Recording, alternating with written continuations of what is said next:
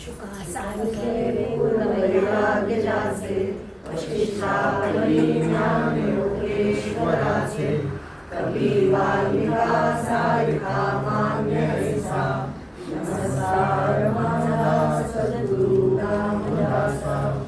सह्याद्री गिरिजा विभाग विरसे, मांदार शृंगावरी, नामे सज्जन स्वरूपे वसविला, श्री उर्वशी सेविली, साकेताधिपती कपी भगवती, हे देव जास्ते शिरी, तेथे जागृत रामदास विरसे, जो या जना विठ्ठली. आज आपल्याला समर्थांच्या 19व्या दशकातला अखेरचा समास पाहायचा. नावच मूळ विवेक लक्षण आहे आणि त्यामुळे आपण आत्तापर्यंतच्या ह्याच्यात जो पाहिला की समर्थांचा जो महंत आहे, या महंताजवळ असणारं जे विवेक लक्षण, म्हणजे विवेक नावाचं आपल्याला आता विवेक शब्द करतो. विवेक म्हणजे निवड, की ज्याच्यामधलं चांगलं काढायचं, सगळ्या गोष्टीतलं चांगलं काढायचं. आणि आपण थोडेसे असं निगेटिव्हिटीकडे जातो पटकन, तसं न होता सगळ्यातल्या चांगल्या गोष्टी घ्यायच्या. कालचा आपला नववर्षाचा पहिला दिवस अगदी सांगण्यासारख्या गोष्टी म्हणजे आश्चर्य वाटेल आपल्याला. माझ्या समोर सोमाणे म्हणून राहतात, त्यांची एक मैत्रीण ती आता भजनाच्या निमित्तानं माझ्याकडे येते आणि त्यामुळे माझी पण मैत्री झाली. गेल्या आठवड्याभरात त्यांचे यजमान चांगले 81 वर्षाचे, त्या 75च्या, ते गोडबोले हॉस्पिटलमध्ये होते बरं का. आणि 4 वेळा आमचं बोलणं झालं. म्हटलं आपण भेटायला जाऊया, पण तेवढ्यापर्यंत त्या मला म्हणाले, अहो बहुतेक ना उद्या परवाकडे त्याला डिस्चार्ज मिळेल, आपण घरीच जाऊया, म्हणजे त्या हॉस्पिटलच्या वेळेचा वगैरे नको खाल. मी पण त्याला म्हटलं चालेल. आणि काल सकाळी माझ्या दादाची बेल वाजली आणि सोमाडे काकू आल्या, अहो ते माझ्या घरी आले. म्हटलं काय म्हणजे आत्ता तुम्हाला जसं असं वाटलं तसं. मी म्हटलं अहो डिस्चार्ज मिळालं घरी आले. तर म्हणाले, अहो परवा त्याला डिस्चार्ज मिळायचा होता, डॉक्टरांनी सांगितलं की ओके आहे, घेऊन जा घरी. आणि त्या आपल्याकडे ती महाआरती वगैरे होती ना याला, तर तिकडे त्यांचं घर आहे, तर तलाव पाहिजे तिथून सगळे रस्ते बंदच केले होते. तर माझा मुलगा म्हणाला, डिस्चार्ज मिळालाय ना, घरी जाता येते का, आपलं नाही आहे का घर, आपल्या घरी आणूया. आणि मैत्रिणीच्या घरी 80 वर्षाच्या आजारी ग्रस्ताला ते इथे घेऊन आले डिस्चार्ज मिळाल्यावर. आणि त्या दिवशी ते इथे राहिले. काल दिवसभर होते, काल संध्याकाळी ते दोघं जण परत गेले. म्हणजे ही जी मैत्री आहे, काय त्या मैत्रीचं कौतुक करावं बघा. खरी जबाबदारी आहे की एवढ्या मोठ्या आजारी माणसाला आपण म्हणायचं. पण तो मुलगा म्हणाला, आई अगं काय एवढं, आपण मावशीला इकडे चढूया. आणि दोघं जण इथे आले, त्या दिवशी राहिले. आणखी 2-4 मैत्रिणी 3 डिसेंबर म्हणून घरी आल्या, त्यांच्याशी गप्पा मारायला. ज्यांना सगळ्यांना छान गप्पा मारता याव्यात म्हणून मुलगा आणि सून मामाकडे निघून गेले. किती म्हणजे एकमेकांचं सहाय्य करावं. मला अगदी असं आश्चर्य वाटलं. ही जी काही पॉझिटिव्हिटी आपण म्हणतो ना, आज दिसते आपल्याला. असं नाही आहे, कमी असतील उदाहरणं, पण समर्थांचा हा जो विवेक आहे ना, निवड करणं, ती निवड ह्याची केली पाहिजे. चांगल्या आपल्या सगळं वाईटच दिसतं हल्ली जगामध्ये. दिसेल तिथे वाटतं काय लोक वागताय का, असं काही नाही आहे असं आपल्या लक्षात आलं. कालचा सकाळचा दिवस तर माझा फारच आनंदात गेला. म्हटलं अरे असं पण लोक करू शकतात, खरंच कौतुक आहे. तसं आहे. आणि हा जो आपण आज विवेकी पाहणार आहोत समर्थांचा महंत, त्याच्यामध्ये शंकराचार्यांचं जसं संन्यासी, तसा मराठीतला आपण म्हणूया समर्थांचा महंत. शंकराचार्यांच्या वेळेचा जो संन्यासी आहे त्याच्याजवळ जे सगळे गुण, तेच सगळे या समर्थांच्या महंताजवळ गुण आहेत. अगदी पूर्णपणे ईश्वरावर निष्ठा आणि अंगी त्याच्या वैराग्य. पण आपण पाहायला गेल्या अनेक समासांमध्ये की हा समर्थांचा महंत नुसतं वैराग्य धारण करणारा, ईश्वरावर निष्ठा असणारा, वैयक्तिक सगळी साधना उपासना करणारा असं नाही आहे. त्याबरोबर त्याला समाजाची काहीतरी जाण आहे आणि समाजासाठी काही करावं असंही त्याला वाटतं आहे. आणि त्यामुळे लोकांतात असणारा आणि एकांतात असणारा अशा दोन्हीकडे काम करणारा हा समर्थांचा महंत आहे. त्यामुळे एकीकडे ईश्वरावर संपूर्ण निष्ठा, त्याच्या अंगी असणारं वैराग्य, ह्या गोष्टी आहेतच. पण त्याच्याबरोबर म्हणजे आत्मज्ञान, स्वरूपज्ञान, ब्रह्मज्ञान, मोक्ष, जायचे काही आपल्याला या नरदेह मिळाल्यामुळे मिळवायचं आहे, ते काय मिळायचं ते मिळेल. पण त्याबरोबर लोकसंग्रह पण अफाट असला पाहिजे. सगळ्या लोकांना पण सन्मार्गाला लावलं पाहिजे, अशा प्रकारची भूमिका असणारा हा समर्थांचा महंत आहे. त्या आजच्या समासात आपल्याला या महंताच्या अंगचे विवेकामध्ये अंतर्भूत होणारे आणखीन 4 गुण समर्थ सांगणार आहे. आता हे तर ते आपल्याला नवीन नाही आहे तसं पाहायला गेलं तर.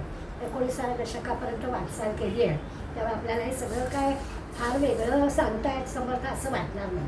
पण आता आपल्याला त्या सगळ्या गोष्टी समर्थांच्या जीवनामध्ये प्रत्यक्ष कशा त्यांनी अंमलात आणल्या होत्या याच्यासाठी त्यांच्या चरित्रातली काही उदाहरणं पण घ्यायचे. आणि मग लक्षात असं येईल की हा समास म्हणजे जणू काही समर्थांचं आत्मचरित्रच आहे. ते स्वतः कसे वागायचे हे सांगणारा जणू की हा समास आहे.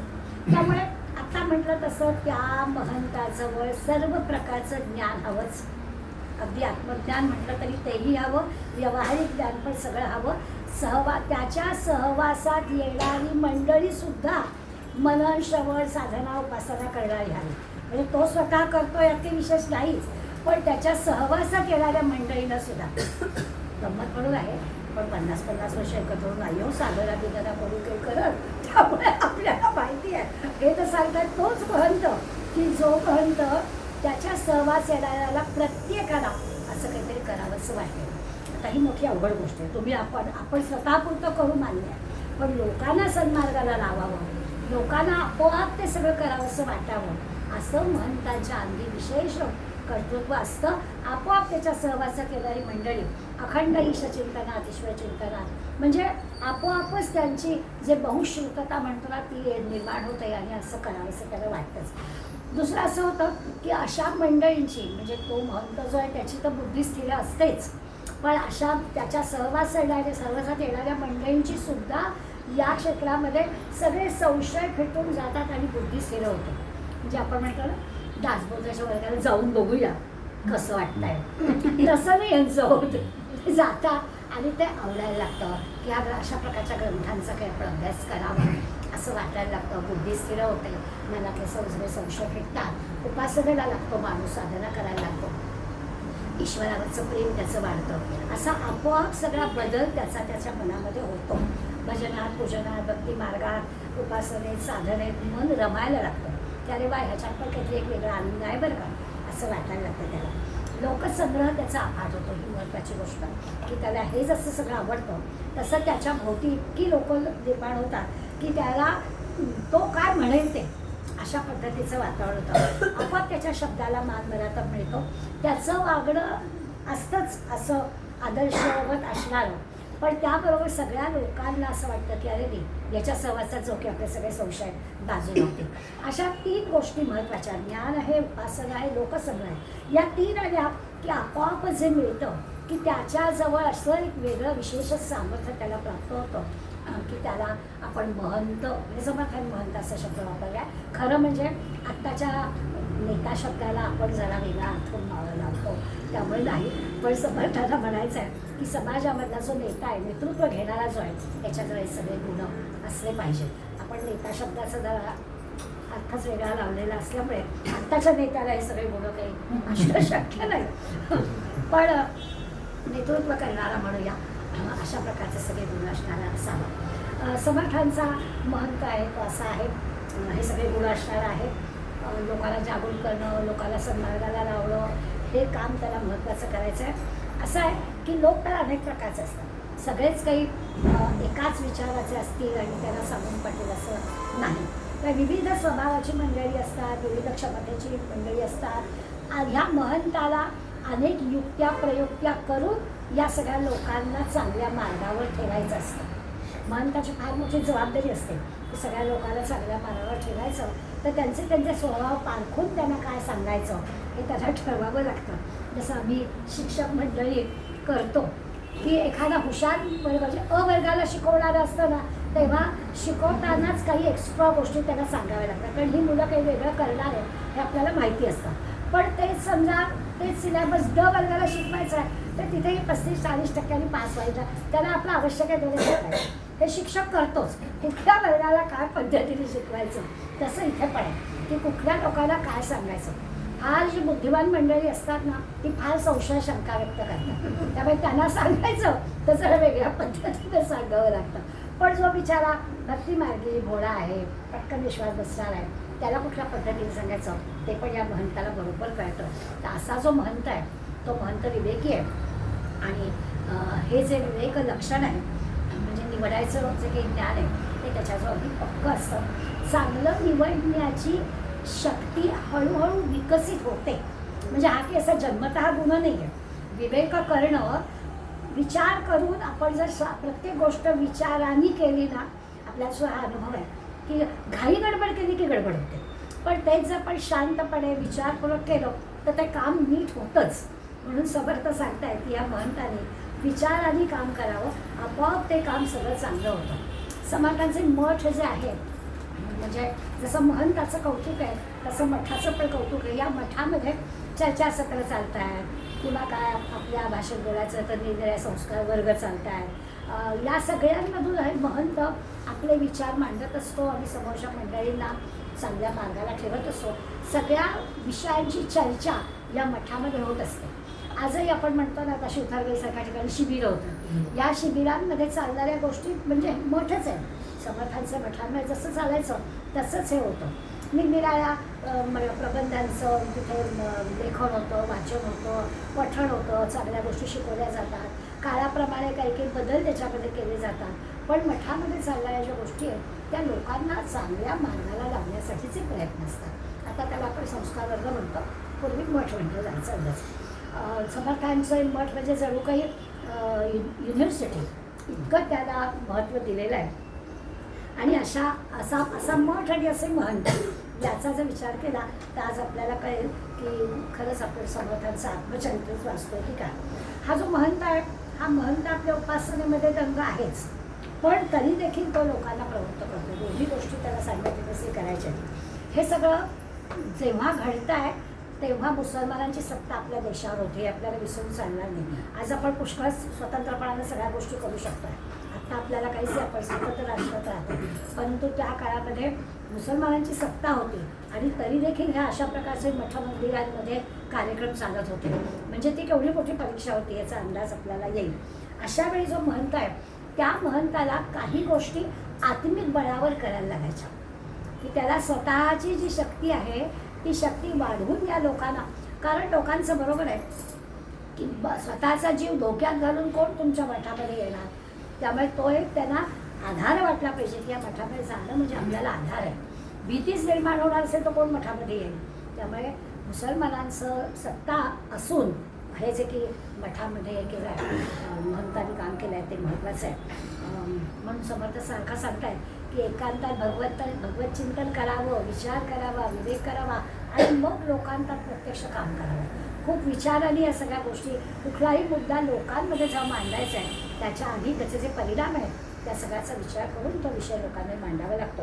त्यामुळे ते सांगतात की शेवटी असं आहे की आपल्या वैयक्तिक साधनेचा विचार करायचाच आहे.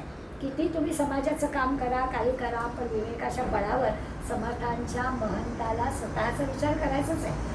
पण तरी देखील तो करता करता त्यांनी सगळ्या लोकांचा पण विचार करावा असं ते आपल्याला सांगतात. आणि या दृष्टीने पहिल्या 4 ज्या ओव्या आहेत या समासातल्या, त्या 4 ओव्यांमध्ये त्यांनी आपल्याला संतत्व आणि प्रशासन, म्हणजे एकीकडे महंत आहे ना तो, त्यामुळे संतत्वाच्या सगळ्या गोष्टी त्याच्याजवळ आहे. आणि तरी देखील खऱ्या 2 गोष्टी एकत्र नाही नांदू शकत. संतत्व पण आहे आणि प्रशासक पण आहे, असं दोन्ही नाही होऊ शकत. सत्तेचा पण विचार करायचा आहे आणि संत पण वृत्तीचा आहे.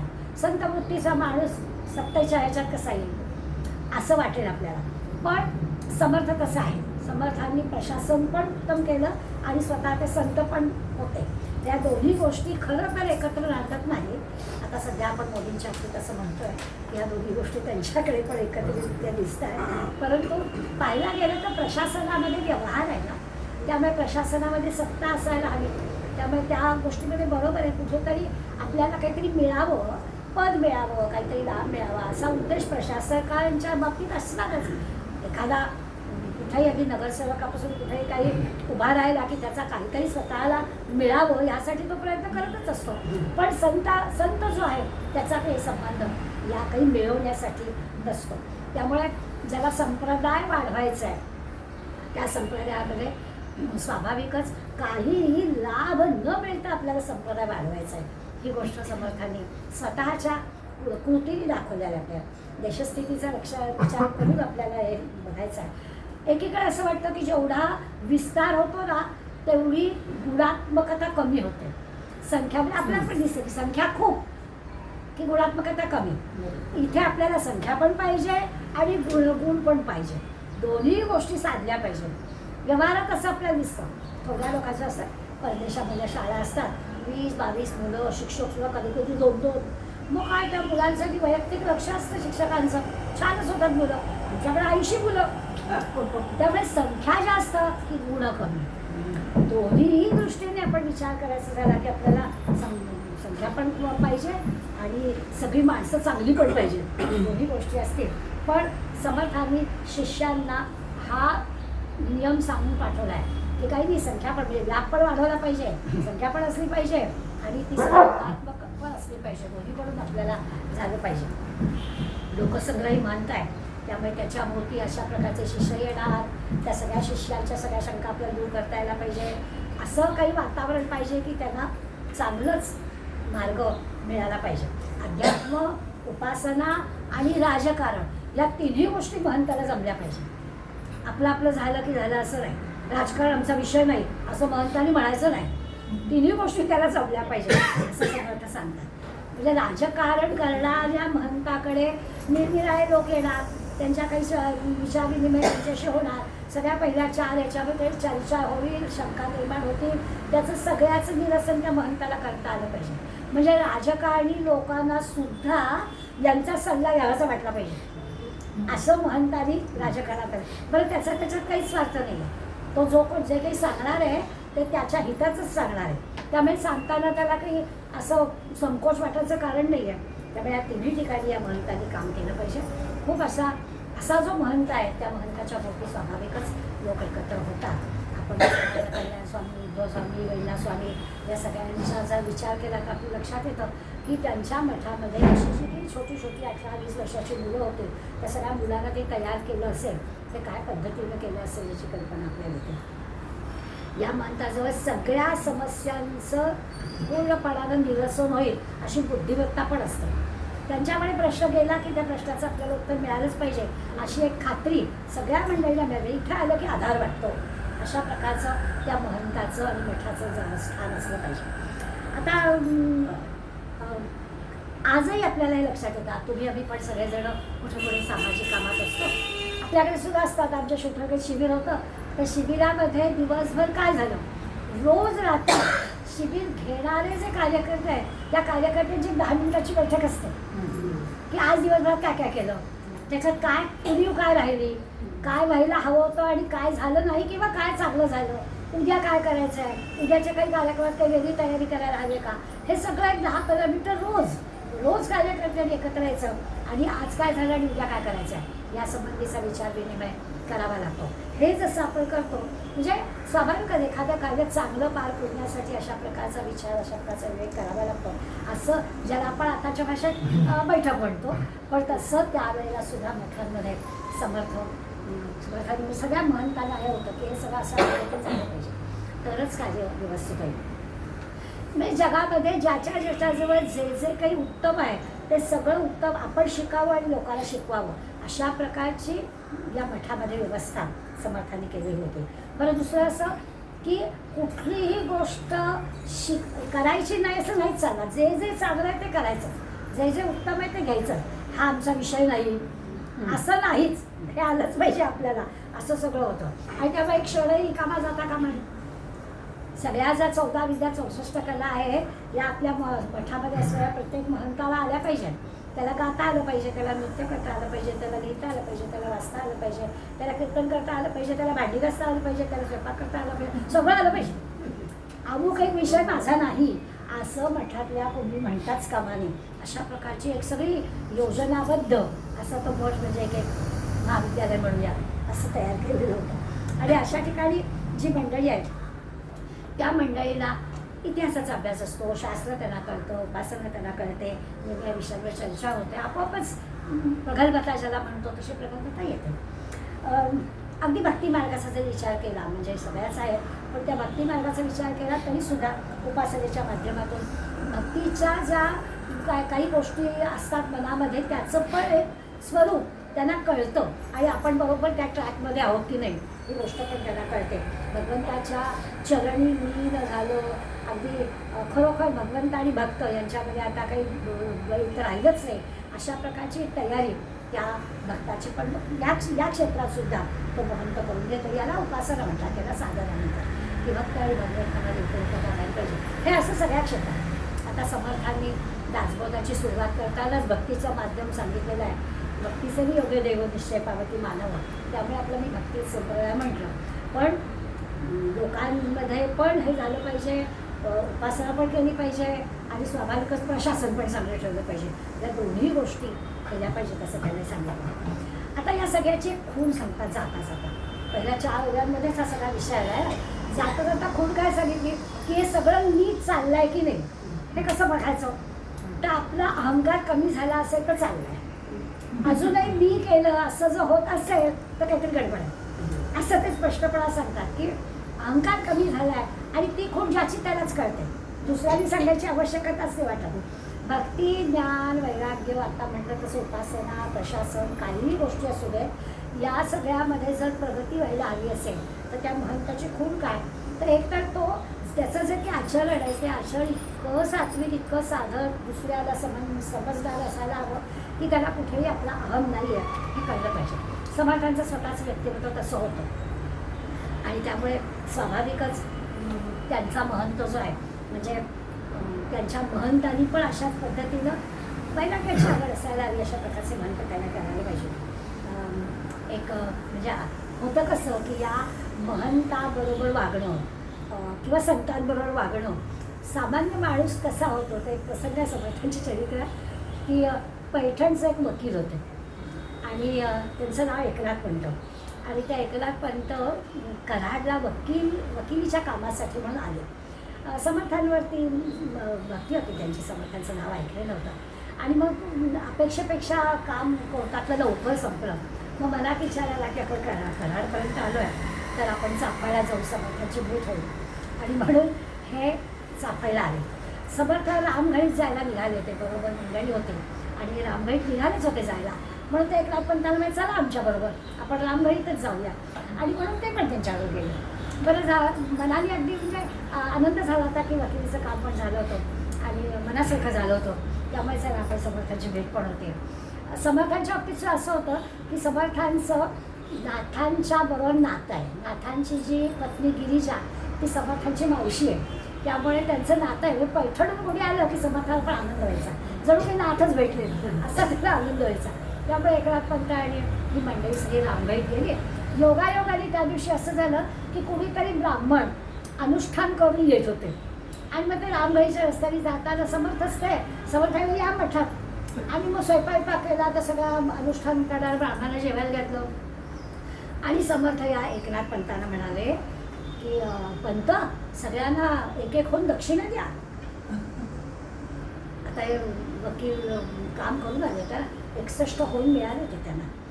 मनात असा विचार आला की समर्थ काही साधे नाही आहे, म्हणजे शिवाजी महाराजांसारखा शिष्य आहे त्यांचा, आपल्याला त्यांनी काम करायचं सांगितलं म्हणजे की आपले पैसे द्यायचे नाहीत, आत्ता पुढे करायला लागतील, समर्थ जाताना आपल्याला देतील. आणि म्हणून स्वतःजवळ जी काही बिदागी मिळाली होती कामात 61 होऊन मिळाले, सगळ्या त्या 7 ब्राह्मणाला एक एक दिले, एकच उरला. सारखं मनात वाटत होतं देतील ना, बरं मागायचं कसं खुश. आणि मग झालं सगळ्यांची जेवढं झाली, ती ब्राह्मण मंडळी गेली निघून आणि मग यांचं सगळं झालं, गप्पा झाल्या आणि मग हे आता जायला निघाले. पण समर्थ काही त्या भवनांबद्दल बोलतच नव्हते आणि यांची पंचायत झाली की आता काय करावं, सगळी मागणं तर नाहीच आपल्याला मान्य एवढ्या मोठ्या संतांजवळ आणि असं कसं मागणार. शांत होता अत्यंत, म्हणजे कुटुंब वत्सल असणारे वकिली अगदी चांगला सद्ग्रस्त माणूस होता. त्या मागण्याची हिंमत की त्यांची होणंच शक्य नव्हतं, मागितले नाही.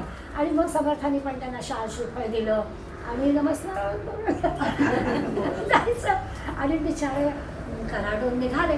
एक होल त्याच्यात तो सगळं भागवायचं होतं पार पैठणला जाईपर्यंत. आणि खरं थोडं आलंच होतं उल्हासीनता की अरे काय आपण भेटायला गेलो आणि सगळी मिळकत आपली एका दबात खर्च म्हणजे अशी गेलो. आता वाया गेली पण म्हणणं बरोबर नाही, संतांच्या तिथे खर्च झाली आहे. पण जाऊ दे मिळाला आता ईश्वरी योजना, आपण काय बोलणार. म्हणून बिचारे घरी गेले तर वयोवृद्ध वडील होते घरी, याचा चेहरा पडलेला बघून म्हणाले काय झालं. तर मलाही सांगितलं सगळं जे काही घडलं ते सगळं झालं. अरे म्हणाले अजिबात हे करू नको, दुःख करू नको. आज सकाळी एक माणूस येऊन गेला, भगवी कपडे घातलेला होता, माझं नाव रामदास आहे, म्हणाला तुमचा माणूस मला, तुमचा मुलगा मला भेटला होता, त्यांनी मला त्याचे पैसे ठेवायला दिले होते, हे 122 होऊन घ्या. आणि म्हणाले आपण ना मोठ्या माणसांना, संतांना असं ओळखतच नाही. समर्थ आपल्याला सांगतात की असं असलं पाहिजे की आपण शांतपणानं करायचं, त्यांच्या मनात कुणालाही ते असं हे करत आहे, त्यांच्या अंतरंगाची आपल्याला कल्पनाच येते, काय त्यांच्या अंतरंगात चाललेलं असतं हे आपल्याला कळत नाही. आणि समर्थांच्या या प्रसंगात आहे की त्यांनी पण शांतपणे घेतलं आणि मग लक्षात आलं की अरे संत हे असे असतात, महंतांनी असं असलं पाहिजे की सगळ्यांच्या याला बरोबर योग्य पद्धतीनं त्याला गेलं पाहिजे. कोणाचं त्याला घ्यायचं नव्हतंच. एकीकडे त्यांनाही वाटत होतं की एवढे महाराज त्यांचे शिष्य आहे, त्याला काय कमी आहे, एवढ्या ठिकाणी मठ आहे त्यांचे, ते का आपल्याला फसवणार आहेत असं वाटत होतं. पण तरी देखील मला कसं आलं, हा सगळा प्रकार जो आहे तो खरं सत्पुरुष किती निस्पृह असतात, त्यांच्या अंतरंगाची आपल्याला कल्पना येत नाही. आपण आपल्यासारखंच त्याला बघतो आणि म्हणून आपण असे काही विचार करतो. हे सांगण्यासाठी समर्थांची चरित्रातला हा प्रसंग सांगितला. हा महंत पण उपासना करतो, साधना करतो, लोकांना ओळखतो, लोकांच्या परीक्षा घेतो, हे सगळं तो करतो आणि त्याप्रमाणे त्याच्या भोवती ही माणसं कशी जमतात, त्यांची कीर्ती कशी होते हे आपल्या लक्षात येईल. एवढा जनसंपर्क आणि अशा परीक्षा घेऊन एवढ्या ठिकाणी मठ उभे करणं म्हणजे आपण 1400 ठिकाणी भारतभर समर्थांनी मठ उभे केले. छोट्या छोट्या गोष्टी मोठी मोठी कामं करतात. वडिलांचं उदाहरण देणं योग्य ते, पण जे चांगलं आहे ते सांगायचं. माझे वडील 58 वर्षी रिटायर झाल्या आणि अगदी अखेरपर्यंत शिवथरेत राहिले आणि नेम केल्यासारखं रोज 15 पैशाचं कार्ड द्यायचंच. म्हणजे शिवथरगाडीमध्ये येणाऱ्या माणसाचं एक तिथे रजिस्टर असतं की तुम्ही तुमचं नाव पत्ता लिहायचं. या सगळ्या पत्त्यांवर त्यांचं कार्ड जायचं की अमुक दिवशी तुम्ही येऊन गेलात, पुढल्या वर्षी या, काय जे काय असेल ते, कधी नववर्ष, कधी काय पाडवा, कधी काय संक्रांत, काय असेल ते, पण रोज कार्ड लिहायचीच. 15 पैशाचं कार्ड लिहायचं आणि असं रोजची कार्ड म्हणजे 18 वर्ष ते लिहित होतो. रोज लिहायचं. नेम केल्या सगळ्या रोज 10 आणि वरती ना या पोस्टकार्डावरती नंबर असे. किती लोकांनी ती पोस्टकार्ड जपून ठेवलं तर अजून सुद्धा मला पण मधून कोणाच्या आठवणी येतात की मंदिरातही मला ना मामांचं कार्ड आलेलं होतं, कधीतरी वाढदिवसाची शुभेच्छा वगैरे. म्हणजे एवढ्या अशा छोट्या गोष्टींनी माणसं जोडली कशी जातात याच्यासाठी या महंताच्या बारीक बारीक गोष्टी लक्षात घेण्यासाठी असतात. ती मंडळी अशा प्रकारे करतात. या महंताच्या भेटीने एक वेगळा आनंद सगळ्यांना मिळतो. काही देऊन देऊन कोणाला हवा अशा प्रकारे नुसत्या सहवासाचा आनंद असं महंतांनी असलं पाहिजे. आपल्या समासाचं नावच म्हणून विवेक लक्षण आहे. कसं विवेकाने वागायचं हे प्रत्येक गोष्टी ते आपल्याला सांगतात. किती लोकांमध्ये मिसळायचं, किती काळ म्हणजे किती वेळ त्यांच्यात मिसळायचं आणि किती वेळ आपण अलिप्त राहायचं हे पण ठरवलेलं असलं पाहिजे. फारसं त्यांच्यात मिसळून चालणार नाही हे पण त्यांनी महंतांना आपल्या शिकवलेलं आहे. छानपैकी म्हणून एकांताचा विचार, एकांतामध्ये मनन चिंतन, एकांतामध्ये अभ्यास हे सगळं त्या महंतांनी करणं अपेक्षितच आहे. पुढल्या 5 ते 10 ओव्यांमध्ये एक विषय आला आहे, त्याच्यात एक नवीन शब्द आला आहे, ज्यांनी समास वाचून आले त्यांना कळेल. कडोविकडीची विवरावी हा शब्द काही आपण वापरत नाही म्हणून मुद्दा म्हणून त्याचा उल्लेख करते. कडोविकडीची विवरावी म्हणजे काय, त्यांचं म्हणणं तितुक्यांची अंतरे धरावी, म्हणजे प्रत्येकाचं मन जाणावं, भोवताली आपल्या येणाऱ्या सगळ्या मंडळींचं मन जाणावं, विवेके विचारे भरावे, नुसतं जाणावं नाही तर त्यांच्यामध्ये काय मनात शंका असेल दूर करावी, चांगले विचार मनामध्ये ठेवावे आणि कडोविकडीची विवरावी अंतःकरणे. म्हणजे समजा त्यांच्या मनात काही दुःख असेल, त्यांच्या मनात काही कष्ट असतील तर ते कसे बाजूला करता येतील, न उच्चार करता कसे बाजूला करता येतील ते दाखवायची आवश्यकता नाही आहे. पण नकळत असं वाटलं पाहिजे की त्याला त्याचे कष्ट विसरायला झालं पाहिजे, त्याला त्याचं दुःख विसरता आलं पाहिजे. अशा प्रकारे महंतांनी दुसऱ्यांशी वागावं. त्यांचं अंतःकरण कडोविकडी म्हणजे काय तर त्याचं दुःख आहे, त्याचं कष्ट आहे ते दूर करावं. त्याला कसं परमार्थाला लावता येईल त्याचा महंताला बरोबर कळलं पाहिजे. काय कर कुठल्या रोगाला कुठलं औषध हे डॉक्टरला जसं बरोबर कळतं तसं महंताला कळलं पाहिजे की ह्याला नेमके कष्ट काय आहे, या कष्टातून त्याला बाहेर पडण्यासाठी काय उपाययोजना करता येईल ती त्यांनी बरोबर करावी. महाराज शिवाजी महाराज सैन्यामध्ये एक रामराव मोहिते या नावाचा जरा तगडा गडी होता. आणि तुम्हाला काय सांगायचं याच्यावरनं हे उदाहरण देते. तर समर्थांचा शिष्य पण होता, पण महाराजांच्या सैन्यात पण होता आणि चांगला तब्येतीने असा होता की अगदी समोर आला की लोक कापलेच पाहिजे. त्यामुळे शिवाय समर्थांनी त्याला सांगितलं की तू काय कर, तुला आपलं एक सांगतो की उगाचच आपल्या शक्तीचा उपयोग नाही करायचा, पण होता निष्ठावंत सैनिक, महाराजांसाठी काय वाटेल ते करायचं अशी मनाची तयारी. एकीकडे समर्थांचा अनुग्रह पण घेतलेला होता, म्हणून समर्थांनी त्याला थोडीशी अट घातली. त्याला असं सांगितलं की संतांची सज्जनांची निंदा तू कधी सहन करू नकोस. कोणी सज्जनांची संतांची निंदा करत असेल तर त्याला सहन करू नकोस. म्हणजे दोन मार्ग आहेत. एक तर असंच कुठे घडत असेल की तुला आपण बाजूला निघून जाऊ.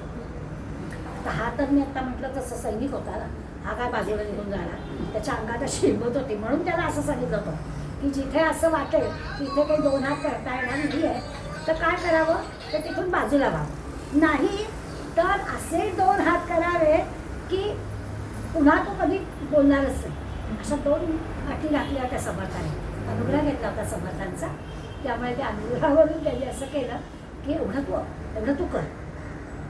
कुणाची निंदा सहन करायची. कुणी चार माणसामध्ये एखाद्याचं काही संत सज्जनाबद्दल वाईट बोलला तर एक तर तिथून निघून जा, नाही तर त्याला असा काही पार खाली की पुन्हा तो नाव घेणार नाही.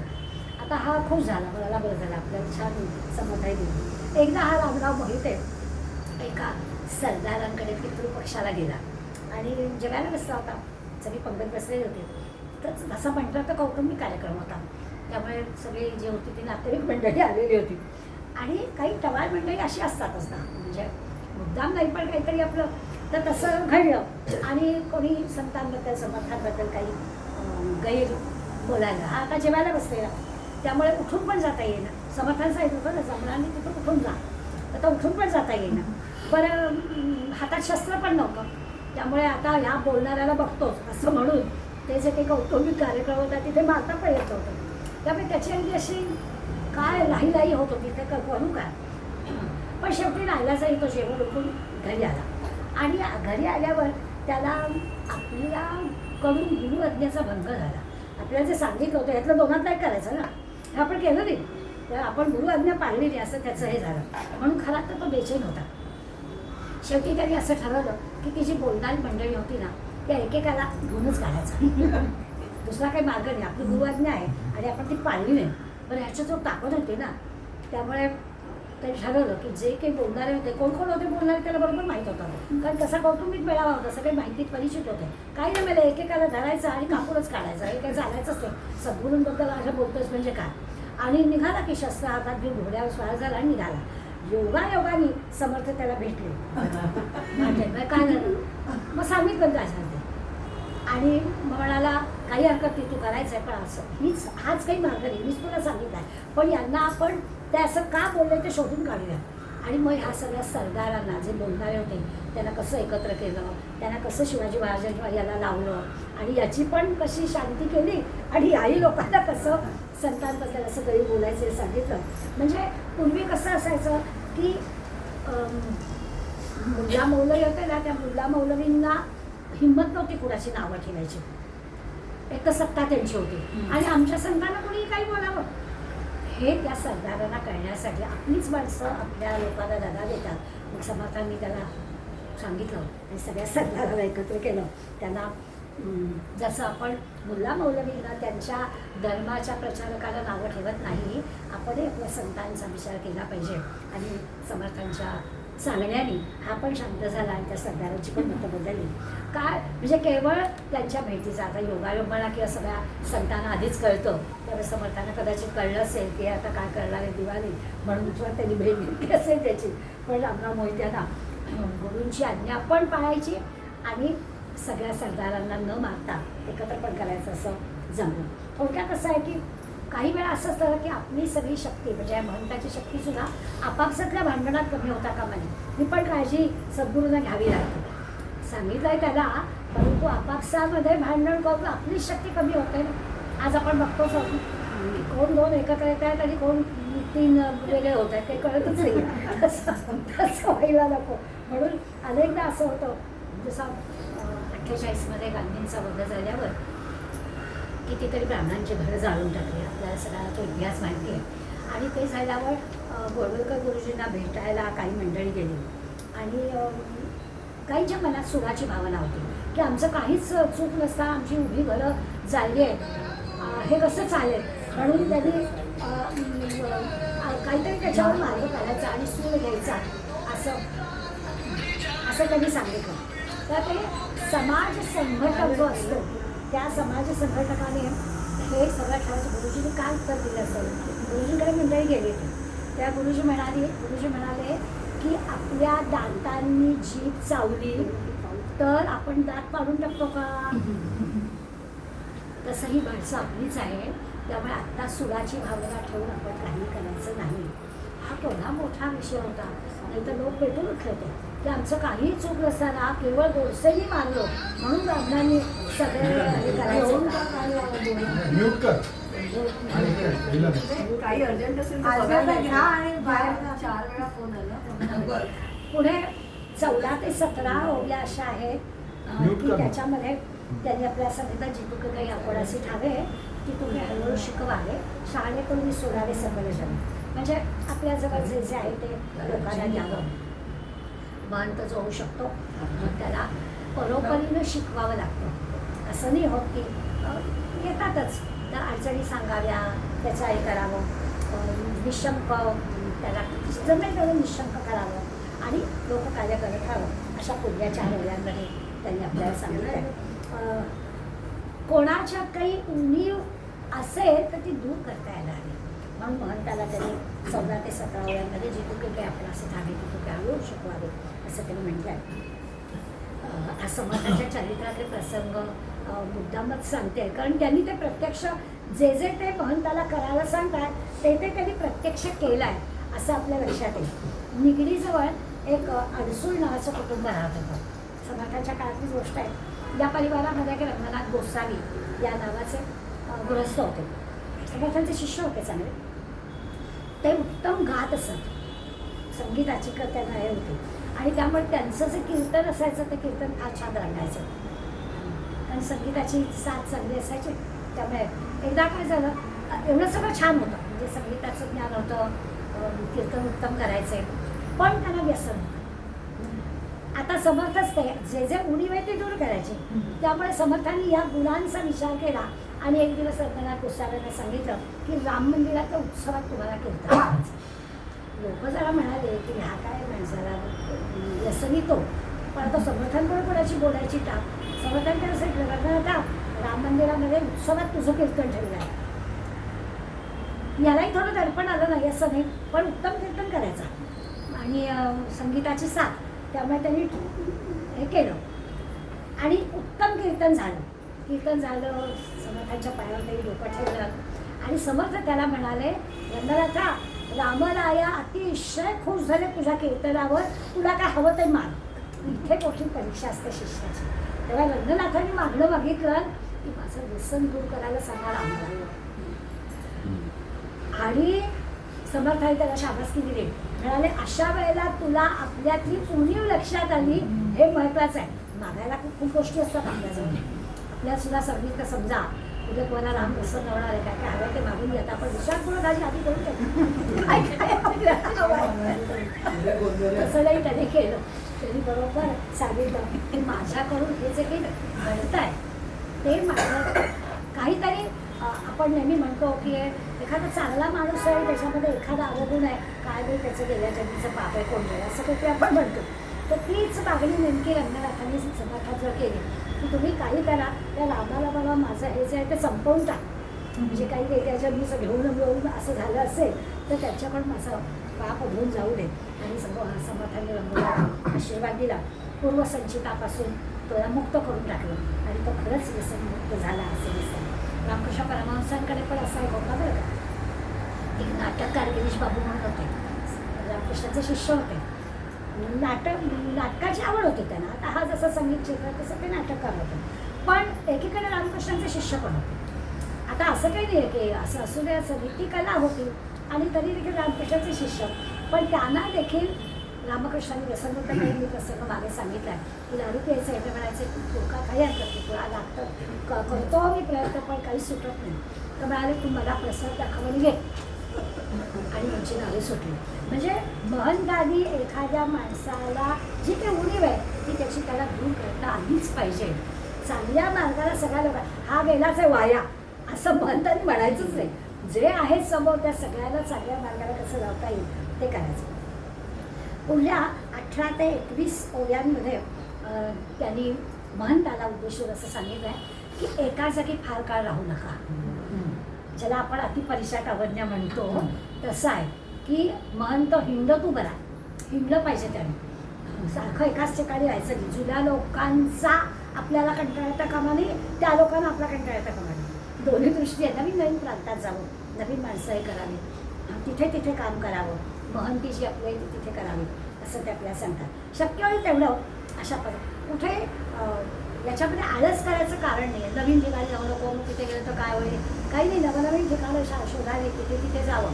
असं एखादा कीर्तन का या गावात राहतो तिथेच त्याची कीर्तन किती दिवस लोक ऐकणार, लोकांना सुद्धा आहे ना. त्यामुळे हिंडत मला, त्यामुळे त्या महंताने हिंडावं असं ते सांगतात. आपल्या कार्याला थोडी लगबग हवी, हिंडता यायला पाहिजे. या पळवायचं आहे ना आपल्याला, आपला देह सतत कार्यरत ठेवला पाहिजे, त्याला आळस देऊन चालणारच नाही असं समोर सांगतात. एकदा महंत आळसावला ना की सगळा शिष्य समुदाय आळसावला, मग काहीच तिथे कामं होणार नाही.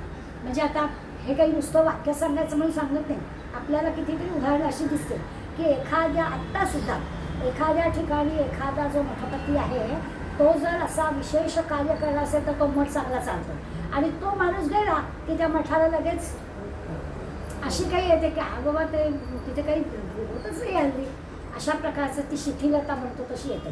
तर तसं येणं बरोबर नाही. म्हणून ते सांगताय की कार्याचा नाश नाही होता कामा.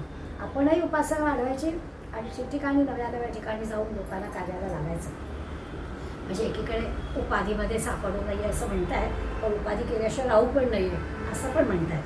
व्याप करू नये पण व्याप केल्याशिवाय राहू नये. आता हे काय, याचा अर्थ आपण लक्षात घेतला पाहिजे की जे जे करायचं ते चांगल्या पद्धतीने कसं होईल असं करायला पाहिजे. उपाधीला कंटाळायचं नाही, नवनवीन कामं हुडकून काढावीत, करावीत आणि ती उत्तम पद्धतीने होतील असा प्रयत्न करावा. ती करताना छानपैकी त्या कामाची रचना तयार झाली की हळूच दुसऱ्याला सोपवून आपण निघून जाऊ दुसरं काम करायला. महंताची मोठी गोष्ट असते की तिथे मी नेता आहे, मी उभं केलं आहे, मी असं नाही, ते सोपवायचं आणि आपण आणखी दुसरं काहीतरी करायला निघून जायचं. ते मी केलं असं पण तिथे वाटता कामा नये. अशा पद्धतीनं त्या कामाची दुसऱ्याला करून द्यावी असं ते आपल्याला 21व्या ओळीपर्यंत हा मुद्दा सांगतायत की उपाधीला कंटाळू नये, उपाधीत अडकू नये, पण उपाधी केल्याशिवाय राहू नये. याचा मुद्दा आपल्याला लक्षात आला पाहिजे. पुढल्या 22व्या ओळीपासून सर्वसाधारण सगळ्यांना मार्गदर्शन करतायत समर्थ. महंताचं जीवन हा सगळा थोडा धकाधकीचा व्यवहार असतो आणि म्हणून देहानं वृत्तीनं ज्या ज्या गोष्टी आपल्याला जमणार आहेत त्याची आपल्याला अंदाज आला पाहिजे. अशक्ताला नाही काही जमणार, त्यामुळे आपलं शक्तिवान आपण असलं पाहिजे. त्यामुळे ते सांगतात की शरीराने मनाने महंत ताकदवान असला पाहिजे, बलवान असला पाहिजे आणि आपल्याला आपल्या शक्तीची पूर्ण कल्पना असेल पाहिजे की आपल्याला नेमकं काय शक्य होणार आहे. म्हणजे आपल्याला स्वतःला कमी पण लेखायचं नाही आणि आपल्या शक्तीच्या बाहेर कामं पण घ्यायची नाही. अशा दोन्ही गोष्टी महंताच्या लक्षात आल्या पाहिजे. धकाधकीचा मामला कैसा जमे अशक्ताला असं समर्थ म्हणतात. नाना बुद्धी शक्ताला, जो सशक्त आहे त्याला निरनिराळ्या गोष्टी जमतात, म्हणून शिकवाव्या. कुणाला किती काय सांगायचं हे महंताला कळलं पाहिजे. महंताला स्वतःला पण कळलं पाहिजे की आपल्याला काय काय झेपणार आहे, नाहीतर मग कार्याचा नाश होतो. करायला जातो मोठं आणि तेवढी ताकद नसते, असं होऊ नये म्हणून ते आपल्याला सांगतात. आणखीन एक गोष्ट याच 22व्या ओळीपासून पुढे सांगणार आहे की आपल्या हातून जो काही आपण व्याप म्हणतो आहे तो व्याप तोपर्यंतच करावा जोपर्यंत लोकसमुदाय आपल्या मागे आहे. मागे कोणी लोकसमुदायच नाही तर काय कार्याचं व्याप वाढून उपयोग आहे, एकटा माणूस काय काय करणार आहे. आणि मग अशा वेळेला ते हसं होतं. ते हसं होता कामा निघून जाय. कीर्ती पाहू जाता सुख नाही, सुख पाहता कीर्ती नाही. आपल्याला एखादं काही करायचं आहे तर त्याच्यासाठी आपल्याला कष्ट सहन केले पाहिजे. नुसत्या कीर्तीसाठी काही करायला गेला पेपरवर छापून गेल्या पुरतं की दुसऱ्या दिवशीनंतर कोणी आपल्याला विचारत नाही, तसं नाही चालणार. म्हणून ते सांगतात की आपल्याला कीर्तीसाठी काही करायचं नाही, खरं काम व्हायला हवं असेल तर आपण कसं केलं पाहिजे. कुठेही जा, कार्य करायलाच हवे, न करता काहीच होणार नाही. सर्व प्रकारची कामं आपल्याला करता आली. मी बऱ्याचदा उदाहरण दिलं असेल पूर्वी. रवींद्र भटांनी दासो डोंगरी राहतो म्हणून जे लिहिलं, त्यांनी लेखन पुस्तकाचं करायला ते शुद्धगीत 1 महिना राहिले होते. समर्थांच्या मुलीमध्ये राहून त्यांनी समर्थ चरित्र लिहिली आणि त्या सुमारास गाडीमधले कार्यक्रम होतच होते ना. आम्ही अगदी प्रत्यक्ष अनुभव घेतला आहे की ही मंडळी, हा खरा महंत, मठाच्या ठिकाणी राहणारा महंतांनी सर्व प्रकारची कामं केली पाहिजे. आपला फोटो येण्यापुरती फक्त स्टेजवरचीच कामं त्यांनी नाही करायची. तर रवींद्र भटांचं अगदी पहिल्याच दिवशी आम्ही पाहिलं की सकाळी काकळारती झाली, लोकांचं चहापान झालं आणि लोकांचं सत्र सुरू झालं कल्याण मंडपात. पहिलं सत्र होऊन 8:30ला नाश्त्याला लोक येतात, तर सगळी टॉयलेट बाथरूम चकाचक केलेली. कोण आलं होतं तिथे करायला? रवींद्र भट सत्राला नव्हते, पण त्यांनी सगळी टॉयलेट बाथरूम नळी पाईप लावून सगळे स्वच्छ करून टाकले. महंत तो असतो की कामाची वगळ नसते त्याला, जे समोर दिसेल ते काम आपलंच आहे म्हणून करायचं. हा जो की आपलेपणा आहे तो आपलेपणा आला पाहिजे. नुसता स्टेजवरच्या कामातच फक्त महंतांनी राहायचं आहे असं नाही, असं समोर आपल्याला सांगताय त्याचा अर्थ कळेल. आणि खरं आहे, नेहमीच आपण म्हणतो की एखादी गोष्ट शिकायची असेल ना तर त्याच्यासाठी कष्ट पाहिजे. सुखार्थीनं कुतो विद्यार्थीनं सुख, असं विद्यार्थ्यांबद्दल म्हटलं जातं. तू विद्यार्थी दशक आहेस ना, तुला शिकायचं आहे ना, मग सुखाच्या मागे नको राहू. कष्ट कर, म्हणजेच अभ्यास कर, म्हणजेच तुला योग्य ते यश मिळणार आहे. असंच आहे. ही गोष्ट खाली आहे. आपण केलं ते तर मोठं कार्य अडतंय असं तर काही भाग नाही. हा पण आपल्या मी नाही केलं तर कोण करणार असं काही म्हणायचं कारण नाही आहे. त्या पुढल्या ओढ्यांमध्ये समर्थ आपल्याला सांगणार आहे की करायला पाहिजे वगैरे सगळं हे आहे. फक्त आपल्याला काय झेपणार आहे, आपल्याला काय जमणार आहे, आपल्या मागे किती लोक आहेत, ह्या सगळ्याचं विवेक, नावच पण विवेक लक्षण आहे. त्यामुळे सगळ्याचा विवेक त्याने आपल्याला करायला सांगितलं. जसं प्रपंचामध्ये असतं की प्रपंचामधल्या सगळ्या गोष्टीमध्ये उत्साह हवा, धीर हवा, म्हणजे मग प्रपंच नीट होतं. उत्साह जर घरातल्या बाईलाच उत्साह नसेल तर मग काय विचारू करणार. तुला जेवायला तर जाऊद्याला प्रश्न पडतो, अगं बोलू का गं, कारण बाईसाहेबांचं मान्यता असेल तर बोलवायचं. एखादा पुरुष असा असतो की त्याला काय तो या हो मी सांगतो हिला असं म्हणू शकतो. असं जसं कुटुंबामध्ये आपल्याला दिसतं त्या घरातल्या बाहेर सगळ्या गोष्टी अवलंबून असतात, तसं ते सांगतात की मठाच्या महंतावर सगळ्या गोष्टी अवलंबून असतात. माहिती समर्थांची उभी आहे, संसार मुलीचं नासका. आपल्याला पटणार नाही, आपण सगळे प्रापंचिक आहोत, पण ते सांगतात संसार मुलीचं नासका, विवेके करावा नेटका. मुळात संसारात सुख मिळतं असं कुणाचं म्हणणं असेल तर संसारी सुखी झाला ऐसा देखीला ना ऐकिला. कोणीच संसारात सुखी नाही, पण तो संसार तुम्हाला जर नेटका करायचा असेल तर कॉफी प्यायची, गोड लागायला हवी तर आधी गोड खाऊन द्यायचा नाही. आपण म्हणतो आहे पेढाला नंतर खाते, आता तर कॉफी गोड द्यायची. तसं आहे. नेटकाकरिता फिका होत जातो.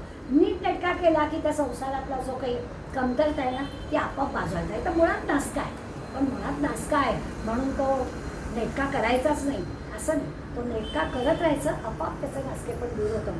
हे जसं आहे तसंच मठाच्या बाबतीत पण समर्थ आपल्याला सांगतात की महंतांनी मठाकडे अशा पद्धतीने केलं पाहिजे. संसार मिथ्या आहे असं म्हणून कसं चालेल. त्या संसारात आपण पडलो आहे ना, त्याला तो मिथ्या असला तरीसुद्धा चांगल्या नेटक्याच्या आधारानं हिमतीनं तो आपल्याला करायलाच हवा.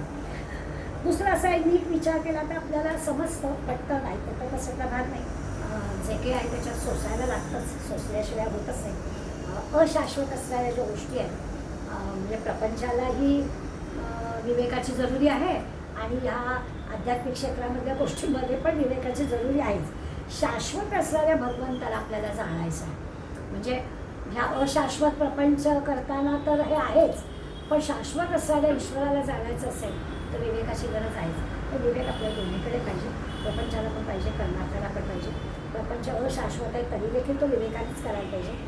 परमार्थ शाश्वत आहे तरी देखील तिथे आपल्याला विवेकानेच करायला पाहिजे. अशा पद्धतीनं या विवेकाचा विचार समर्थांनी स्वतःच्या जीवनचरित्रात केला आणि तसाच तो आपल्या मठ महंतीमध्ये पण आपल्याला त्यांनी करायला सांगितला. आणि आपण म्हटलं तसं की लोकांना सन्मार्गाला लावण्यासाठी ही फार लोकसंग्रह करणाऱ्या नेत्याची जबाबदारी आहे. आपण याच्या अगोदर राजकारण निरूपण समाज पाहिला होता.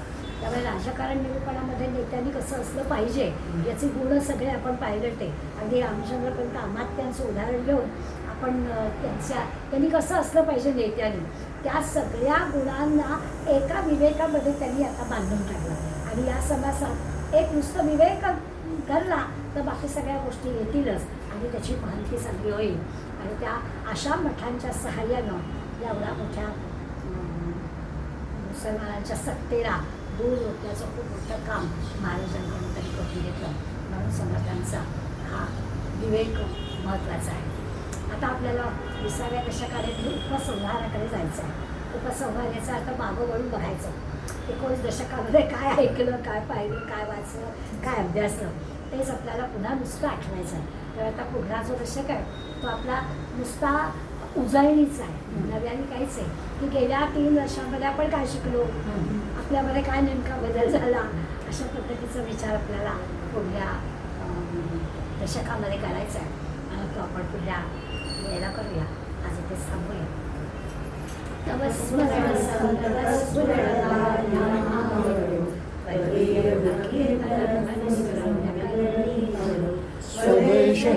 स्वदेशहितरक्षणाविरुची कथा ना घडो, समयी आमची कमी काली पडो. जय रघुवीर समर्थ.